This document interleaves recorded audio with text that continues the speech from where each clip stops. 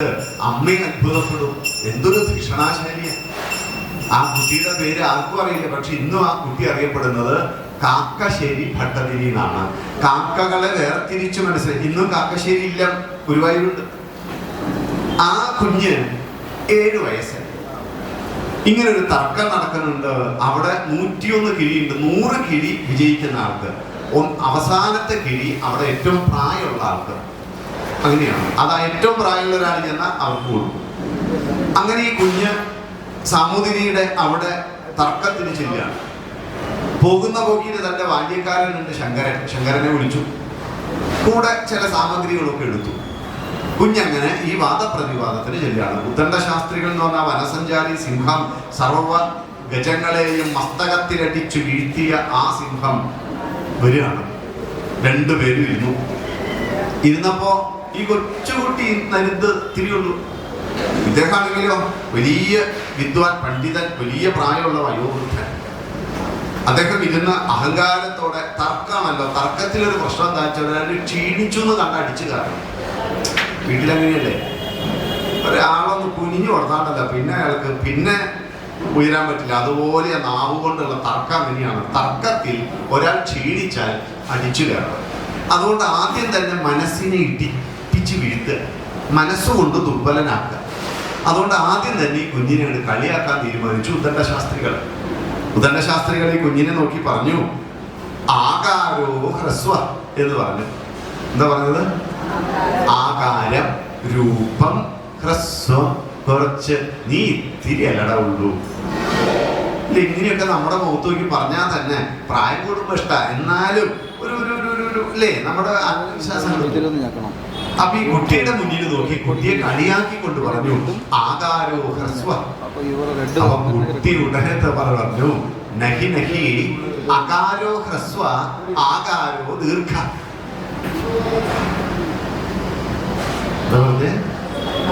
ആ എന്ന അക്ഷരമാണ് ഹ്രസ്വം, ആ എന്ന് പറഞ്ഞ ദീർഘമാണ്. അങ്ങ് പറഞ്ഞ തെറ്റാ. ഉദ്ദണ്ഡശാസ്ത്രി ഞെട്ടി. കാരണം കുഞ്ഞ് തർക്കമാണ്.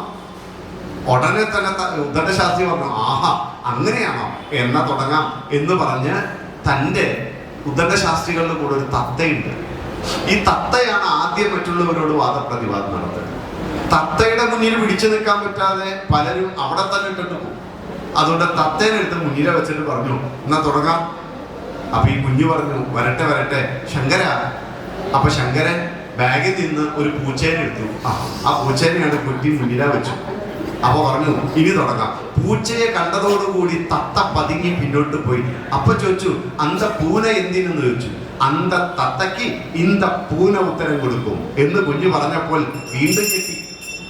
എന്നപ്പോ തുടങ്ങല്ലേ വാദങ്ങൾ ആരംഭിച്ച് ഉദ്ദണ്ഡശാസ്ത്രികൾ ഉതിർത്ത് വിടുന്ന ചോദ്യശരങ്ങളെ തന്റെ കയ്യിലുള്ള വാക്ഷരങ്ങൾ കൊണ്ട് ഈ കുഞ്ഞ് ഖണ്ഡിച്ച് പ്രതിവാദങ്ങളും പ്രത്യുത്തരങ്ങളും കൊടുത്ത് ഉദ്ദണ്ഡശാസ്ത്രി ക്ഷീണിതനായി താഴെ തളർന്നിരുന്നു. ഉദ്ദണ്ഡശാസ്ത്രി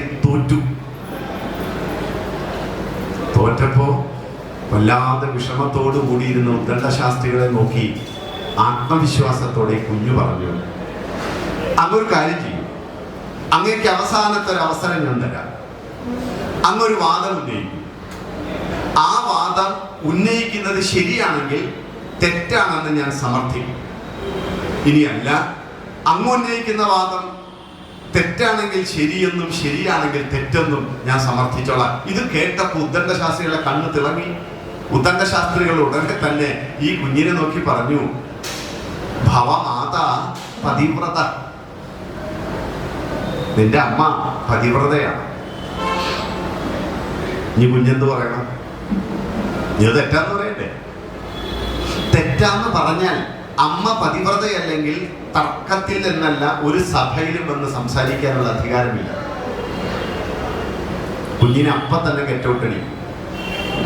കുഞ്ഞ് ചിരിച്ചിട്ട് പറഞ്ഞു, എൻ്റെ അമ്മ പതിവ്രതയല്ല. ഇപ്പൊ രാജാവ് പറഞ്ഞു, എൻ്റെ കുട്ടിയെ, നിനക്ക് നിയമങ്ങളൊന്നും അറിയാണ്ടാണോ വന്നത്? നീ തോറ്റില്ലേ? ആ കുട്ടി ചോദിച്ചു, രാജാവ് അങ്ങേക്ക് ബുദ്ധിയൊന്നും ഇല്ലേ എന്ന് ചോദിച്ചു. അപ്പൊ രാജാവ് ചോദിച്ചു, അല്ല മോനെ, അമ്മ പതിവ്രതയല്ല എന്ന് പറഞ്ഞാൽ കുലം നശിച്ചു എന്നല്ലേ അർത്ഥം? അപ്പൊ പിന്നെ ആ നശിച്ച കുലത്തിൽ നിന്ന് നീ എങ്ങനെ ഇത്രയും വലിയൊരു സഭാമധ്യത്തിൽ ഇരുന്ന് നിനക്ക് സംസാരിക്കാൻ പറ്റും?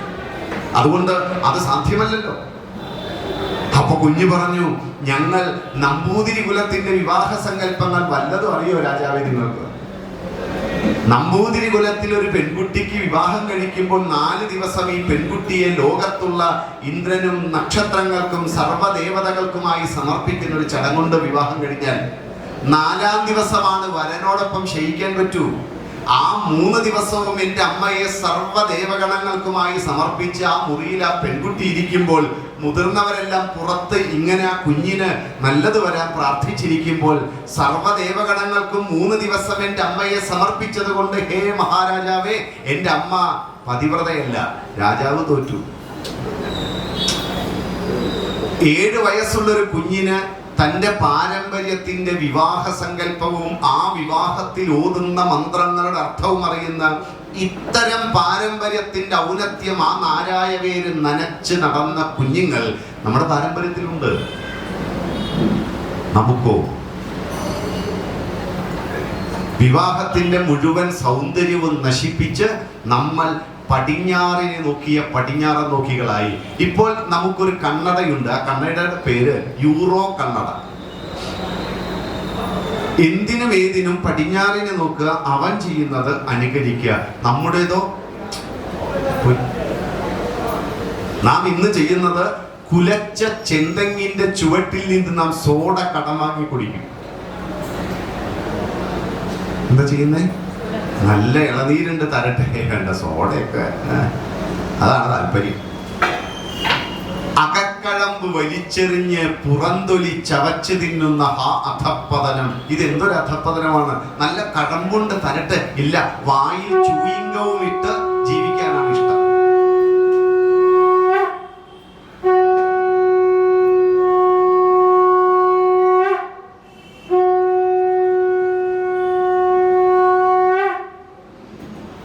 ഉടനെ തന്നെ വിവാഹത്തിന്റെ കാര്യങ്ങളൊക്കെ തീരുമാനിച്ച് ജനകൻ ഉടനെ തൻ്റെ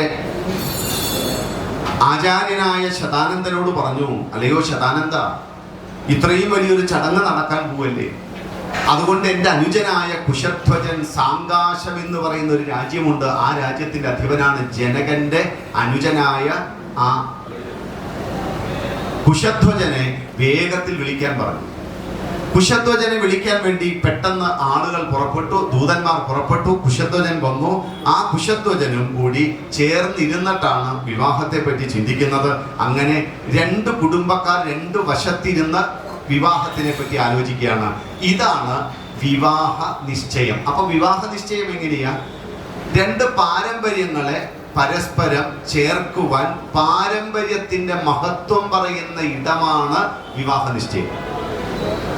ഇവിടെ വെച്ചാണ് ജാതകം കൈമാറ്റമൊക്കെ.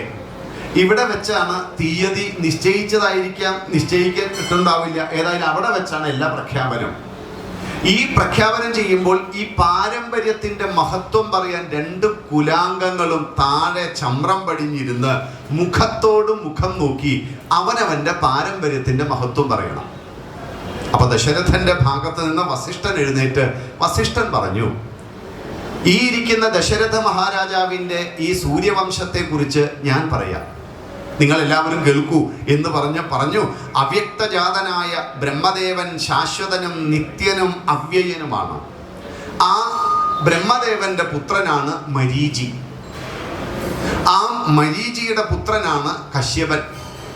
കശ്യപന്റെ പുത്രനാണ് വിവസ്വാൻ. വിവസ്വാന്റെ പുത്രനാണ് മനു. ആ മനുവിന്റെ പുത്രനാണ് ഇക്ഷ്വാകു. ഇക്ഷ്വാകുവാണ് അയോധ്യയുടെ ആദ്യത്തെ രാജാവ്.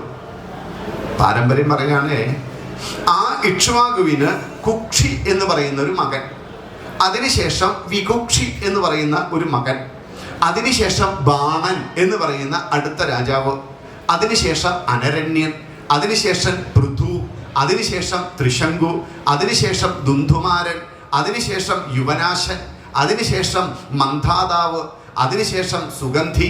സുഗന്ധിക്ക് മാത്രമാണ് 2 മക്കൾ. എങ്ങനെ അന്നൊക്കെ ഓരോന്നുള്ളൂ. ഇപ്പൊ ഈ അണുകുടുംബം ആയതുകൊണ്ടാണ് ഈ കുഴപ്പം. അന്നോ കുഴപ്പമൊന്നും ഉണ്ടായിരുന്നല്ല ഒരു കുടുംബത്തിന്. നമ്മൾ ഓരോ കാരണങ്ങൾ കണ്ടെത്തി ചെയ്യേണ്ടത് ചെയ്യാതിരിക്കാൻ വേണ്ടി പലതും പറഞ്ഞുകൊണ്ടിരിക്കുക. അതുകൊണ്ട് ഈ കൂട്ടുകുടുംബം ഇല്ലാത്തോണ്ടായി കുഴപ്പമെന്നുള്ള പരിപാടി ഇനി പറയണ്ട കേട്ടോ. പണ്ടില്ല. ഇടയ്ക്ക് മരുമക്കത്തായമുണ്ടായ കാലത്ത് മാത്രമുണ്ടായിരുന്ന ഒരു പ്രതിഭാസമാണ് കൂട്ടുകുടുംബം. എന്ന കൂട്ടുകുടുംബം ഉണ്ടായത് മുത്തച്ഛനും മുത്തശ്ശി ഇല്ലാത്തതാണ് പ്രശ്നം. ആര് പറഞ്ഞു? ഇവരെക്കാരെ വളർത്തി? അച്ഛനും അമ്മയെ വളർത്തി. അച്ഛനും അമ്മയുമാണ് മക്കളെ വളർത്തേണ്ടത്, അല്ലെങ്കിൽ ആ പണിക്ക് പോകരുത്. ഒരു കുഴപ്പമില്ല. അത് ഞങ്ങൾക്ക് പണം വേണ്ടേ, എന്നാൽ പിന്നെ നിങ്ങൾ പണം സമ്പാദിക്കൂ. കുട്ടികളെ പറ്റി ചിന്തിക്കരുത്. അയ്യോ കുട്ടികൾ വേണ്ടേ, ആ ശരി കുട്ടികൾ വേണമല്ലേ, വേണം. അപ്പോൾ പിന്നെ അവർ നല്ല മക്കളാവണമെന്ന് വിചാരിക്കരുത്. അയ്യോ നല്ല മക്കളാവണ്ടേ, എല്ലാം കൂടി ഇങ്ങനെ നടക്കുക. ഏതിനാ മുഖ്യം? മുഖ്യത്വം എന്ന് പറയണത് ഒരു 6-7 വയസ്സ് വരെ കുട്ടികളെ ഈ പാരമ്പര്യമായി ചേർക്കുക. ഇനി വിവേകാനന്ദന്റെ വാക്കിൽ പറഞ്ഞാൽ, ഇനി നിങ്ങൾ ആ കുട്ടിയെ നരകത്തിൽ അയച്ചോ, ആ കുട്ടി ഇനി വഴിതെറ്റില്ല. അപ്പൊ 7 വയസ്സൊരു ക്രൂഷ്യൽ. ഈ 7 വയസ്സ് വരെ അച്ഛനും അമ്മയും ചേർന്ന് കുഞ്ഞുങ്ങളെ വളർത്തണം. ആരെങ്കിലും ഒരാൾ വീട്ടിലിരിക്കണം, മറ്റൊരാൾ ആ വീട് പരിപോഷിപ്പിക്കാനുള്ളത് ചെയ്യണം. അത് കഴിഞ്ഞു, രണ്ടുപേരും ജോലിക്ക് പോയിക്കോളൂ. ഇനി ഒന്നും കുട്ടികളുടെ ജീവിതത്തിൽ സംഭവിക്കില്ല. അങ്ങനെ വളർത്തണം. നമ്മൾ എന്തെങ്കിലുമൊക്കെ സംസ്കാരം കൊടുക്കണമെന്ന് തീരുമാനിക്കുന്നത് തന്നെ ഒരു 20 വയസ്സായി അവരുടെ വായിലിരിക്കുന്നത് കേൾക്കുമ്പോൾ നമുക്ക് മനസ്സിലാവും, പോരാ പോരാ, ഇനി നല്ലോണം വളർത്തണം. ഇനി എന്ത് വളർത്തണം? എല്ലാ വളർച്ചയും കഴിക്കും. എന്തെങ്കിലും ചെയ്യാൻ ഉദ്ദേശിക്കുന്നുവെങ്കിൽ ഗർഭകാലം ഒരു 50-60% വ്യക്തിത്വം ആ 10 മാസം. ഈ 10 മാസത്തെ തപസ്സുകൊണ്ടാണ് ഒരു കുഞ്ഞിന്റെ വ്യക്തിത്വം 50% രൂപീകരിച്ചു. പിന്നെ ഒരു 3.5 വയസ്സ് കൊണ്ട് ഏതാണ്ട് ഒരു 70-80% ശരിയായി. എന്നിട്ട് നമ്മളൊരു സ്കൂളിൽ കൊണ്ട് ചേർത്തണത്. ഏതാണ്ട് ഒരു 70-80% വ്യക്തിത്വം രൂപീകരിക്കപ്പെട്ട ഒരു കുഞ്ഞിനെ കൊണ്ടാണ് നമ്മൾ ചേർത്താൻ പോണത്. വീടെന്ന് പറയുന്ന വിദ്യാലയത്തിൽ നിന്ന് കിട്ടേണ്ടതൊക്കെ കിട്ടിക്കഴിഞ്ഞ കുഞ്ഞിക്ക് ഇനി ആ കുഞ്ഞിന് സംസ്കാരം കൊടുക്കാനല്ല സ്കൂളിൽ വിടുന്നത്, ഇൻഫോർമേഷൻ കൊടുക്കാനാണ്. അക്കാദമിക് നോളജിനാണ് പറഞ്ഞു വിടുന്നത്. വിദ്യാഭ്യാസമോ? വിദ്യാഭ്യാസം സ്കൂളിൽ ഇല്ല കേട്ടോ. അവിടെ അക്ഷരജ്ഞാനം എന്ന എഡ്യൂക്കേഷനേ ഉള്ളൂ. എഡ്യൂക്കേഷൻ എന്ന് പറഞ്ഞാൽ വിദ്യാഭ്യാസം എന്നല്ല അർത്ഥം. എഡ്യൂക്കേഷൻ എന്ന് പറഞ്ഞാൽ അക്ഷരജ്ഞാനം. വിദ്യാഭ്യാസം എന്ന് പറഞ്ഞാൽ വിദ്യ പ്ലസ് അഭ്യാസം ഈസ് ഈക്വൽ ടു വിദ്യാഭ്യാസം. പഠിച്ച വിദ്യ, പഠിച്ച മൂല്യങ്ങൾ ജീവിതത്തിൽ അഭ്യസിച്ചാൽ, അനുവർത്തിച്ചാൽ, കൊണ്ടു നടന്നാൽ, ഉപാസിച്ചാൽ വിദ്യാഭ്യാസം. ഇല്ലെങ്കിൽ എഡ്യൂക്കേഷൻ. നമ്മളൊക്കെ എഡ്യൂക്കേറ്റഡ് ആണോ, വിദ്യാസമ്പന്നരാണോ? ഏതെങ്കിലും ഒരു മൂല്യം ജീവിതത്തിൽ കൊണ്ടു നടക്കാൻ പറ്റുന്നുണ്ടോ നമുക്ക്? അതുകൊണ്ട് നമ്മൾ എഡ്യൂക്കേറ്റഡ് ആണ്, അത് കറക്റ്റ്. അതുകൊണ്ട് കുട്ടികളുടെ വിദ്യാഭ്യാസം നടക്കുന്ന ഇടം വീടാണ്. അതുകൊണ്ടാണ് ഒരു വാക്ക് തന്നെ ഉള്ളത്, വീടേ വിദ്യാലയം. എന്താ വാക്ക്? വീടേ വിദ്യാലയം. അവിടെ ആചാര്യന്മാരാരാ? വിശ്വവിദ്യാലയത്തിലെ അമ്മ, അച്ഛൻ. അവരിൽ നിന്ന് സംസ്കാരം, സ്കൂളിൽ നിന്ന് ഇൻഫർമേഷൻ. അതുകൊണ്ട് 7 വയസ്സ് എല്ലാം മറന്ന് കുഞ്ഞുങ്ങൾക്ക് വേണ്ടി ജീവിച്ചാൽ ഇനി കുഞ്ഞുങ്ങൾ എല്ലാം മറന്ന് നമുക്ക് വേണ്ടി ജീവിക്കും. വരിവ ചെയ്തെന്ന് ഓർക്കണേ. ഏതായാലും അവിടെ 2 മക്കള്, ധ്രുവ സന്ധിയും പ്രസേനജിത്തും. അതിനുശേഷം ധ്രുവസന്ധിക്ക് പേരുകെട്ട ഭരതൻ, ഭരതപുത്രനാണ് അസിജൻ. അങ്ങനെ പോയി. ഈ അസിജന് കുട്ടികളില്ലാത്തത് കൊണ്ട് ചവന മഹർഷിയുടെ സമീപത്ത് ചെന്ന് തപസ് ചെയ്ത് ചവനനിൽ നിന്ന് കുട്ടികൾ കിട്ടി. അങ്ങനെ കിട്ടിയ കുട്ടിയാണ് സകരൻ. ആ സകരന്റെ പുത്രനാണ് അസമഞ്ജൻ. അസമഞ്ജന്റെ പുത്രൻ അംശുമാൻ. അംശുമാന്റെ മകൻ ദിലീപൻ. ദിലീപന്റെ മകൻ ഭഗീരഥൻ. ഭഗീരഥൻ ഒരു മകനുണ്ട്. ആ മകന്റെ പേരാണ് കാകുൽസ്ഥൻ. ഓ, അപ്പൊ രാമനെ കിളിപ്പാട്ടിൽ പറയണത് മുഴുവൻ കാകുൽസ്ഥ കാകുൽസ്ഥ കാകുൽസ്ഥ എന്നാണ്. കാകുൽസ്ഥൻ പൂർവ പ്രപിതാവാണ്. മുത്തച്ഛൻ്റെ പേര് കൂട്ടിയിട്ടാണ് എപ്പോഴും കുഞ്ഞുങ്ങളെ വിളിക്കുക. ആ കുഞ്ഞിൻ്റെ പേരാണ് കാകുൽസ്ഥൻ. കാകുൽസ്ഥൻ്റെ മകനാണ് കേമനായ രഘു. രഘുവംശം, രഘു എന്ന് പറയുന്ന രാജാവ്. രഘുവിൻ്റെ പുത്രനാണ് കൽമാഷപാതൻ എന്ന് പറയുന്ന രാജാവ്. അദ്ദേഹത്തിന് ശംഖണൻ, പിന്നീട് സുദർശനൻ, അഗ്നിവർണ്ണൻ, ശീഘ്രവേഗൻ, അംബരീഷൻ, നഹുഷൻ, യയാതി, നഭാഗൻ, അജൻ. അജപുത്രൻ ദശരഥൻ, ദശരഥന്റെ പുത്രൻ രാമൻ. ഇരിക്കണം ചെറുക്കൻ. ഒന്ന് ആലോചിച്ചു നോക്കൂ. 37 തലമുറയുടെ പേര് പറഞ്ഞ് വസിഷ്ഠമാമുനി വിവാഹ നിശ്ചയം നടത്തുക. ഇത്രയും വലിയ പാരമ്പര്യം ഞങ്ങളുടെ. ഇനി നിങ്ങളുടെ പാരമ്പര്യം പറഞ്ഞോളൂ. നമ്മളിപ്പോൾ എന്താ പറയണത്? ഞങ്ങൾ പ്രതീക്ഷിക്കണത് 5 കോടിയാ, നിങ്ങൾക്ക് എത്ര തരാൻ പറ്റുമെന്ന് വെച്ചാൽ പറഞ്ഞോളൂ. ഇതാണ് നമ്മുടെ വിവാഹ നിശ്ചയം.